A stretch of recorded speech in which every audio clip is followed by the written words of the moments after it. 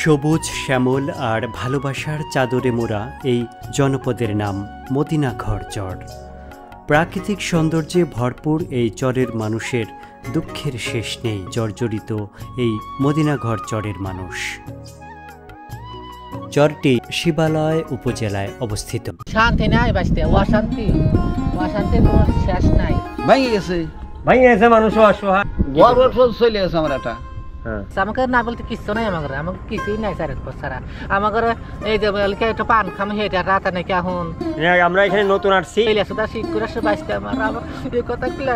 পুরো ভিডিওটি দেখতে চোখ রাখুন শুধুমাত্র সুমন ডকুমেন্টারি ইউটিউব চ্যানেল এবং ফেসবুক পেজে।